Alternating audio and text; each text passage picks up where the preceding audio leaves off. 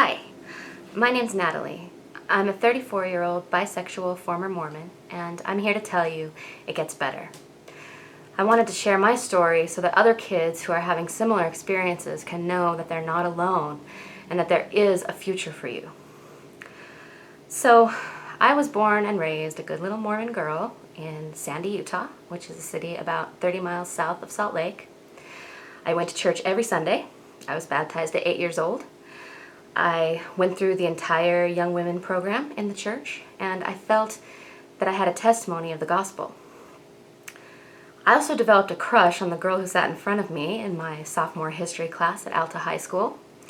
She was super cute. She had been out for 2 years, and we were only 15. But I was ill-equipped to deal with my feelings, and all I had in the form of education about homosexuality were admonitions from my family and from the church that it was wrong, and that if you were a homosexual, that meant that you were going to hell unless you repented. And so I remember writing diary entries when I first met my girlfriend, talking about how I feared for her immortal soul and how I needed to try to save her. Well, I told my mom about this girl that I'd met and about my mission to save her from hell. And the response was that I was not allowed to be friends with her. I could not talk to her on the phone, that what she was doing was evil, and that I was incapable of helping her, that what I needed to do was protect myself against the devil. Well, I was kind of a strong-willed child, and I didn't really believe that my friend was evil or that she was going to hell. Plus, I thought she was pretty cute, and we had a really great time when we hung out together. So we started hanging out more and more, and I started hiding it from my parents, and I started experiencing a ton of anxiety because I was afraid that it would be discovered that I was still spending time with this lesbian. And more than that, I was afraid of what was inside of me and the feelings that I had toward my friend.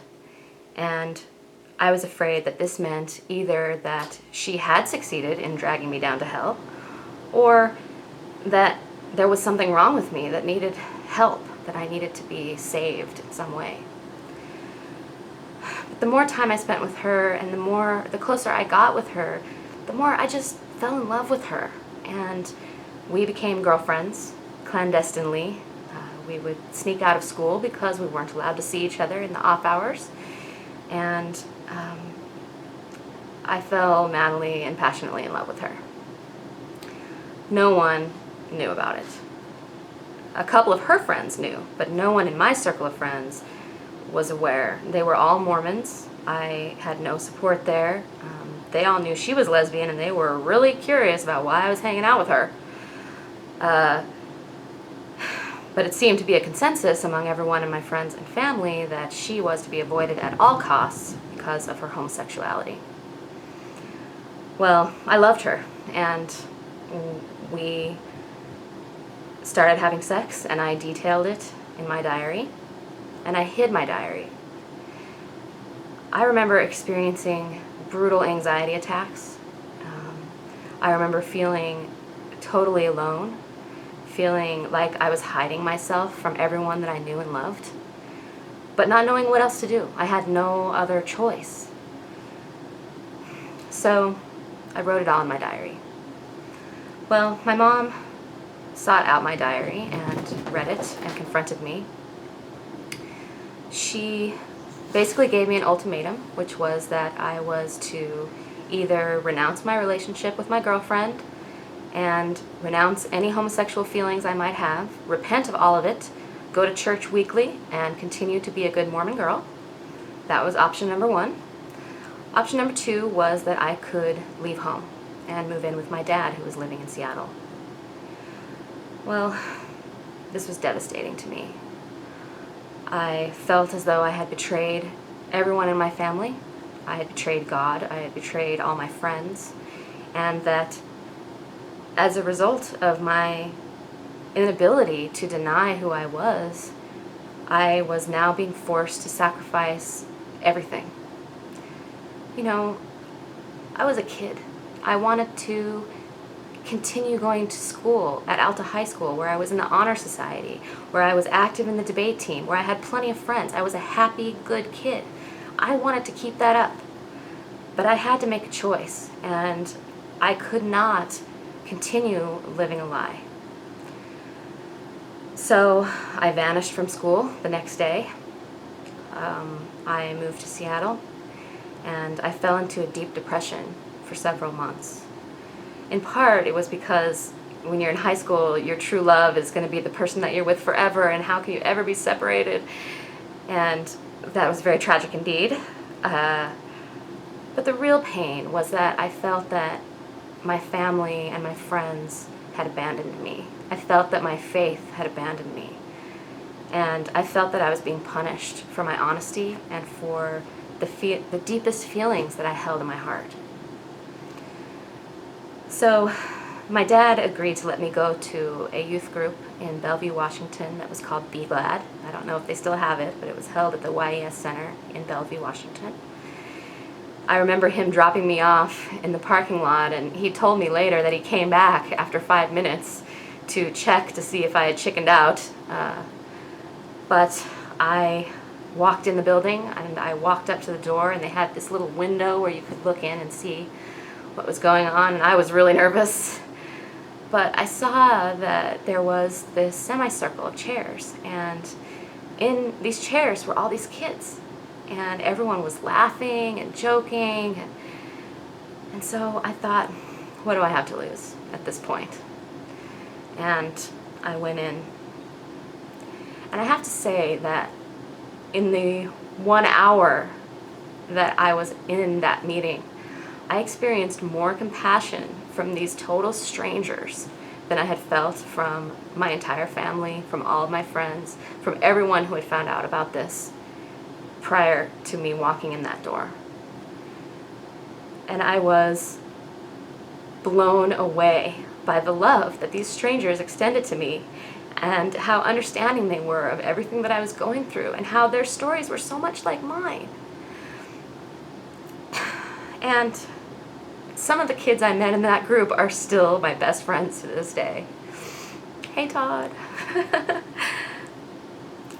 Anyway, I have to honestly say that from that moment forward, it got better, because I realized that I wasn't alone, and I realized that there was an entirely different narrative about the relationships that I had been having and the feelings that I had had than the narrative that I had learned growing up as a Mormon girl.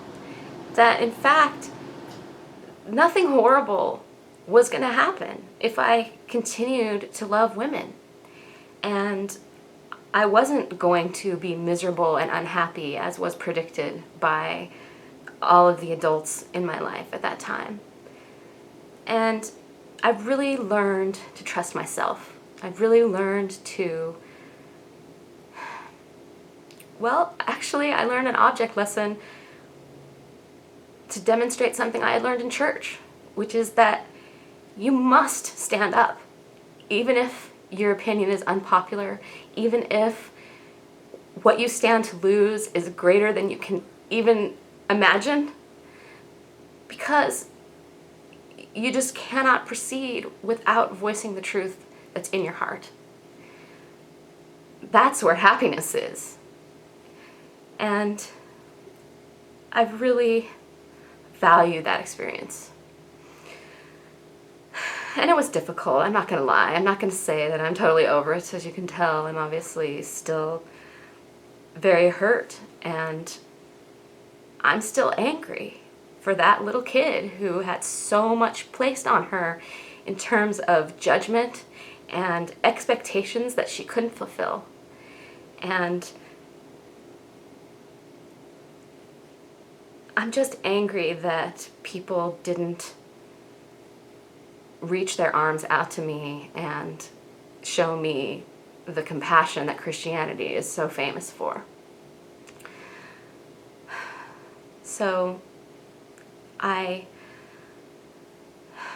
just want you to know out there, kids, if you're in the church and you're gay or you're bisexual or you're transgendered or you're just curious and you're just confused, I just want you to know there's a whole different world out there of people who support you, of people who love you, and even your family and friends who reject you today, who you fear would judge you if they knew.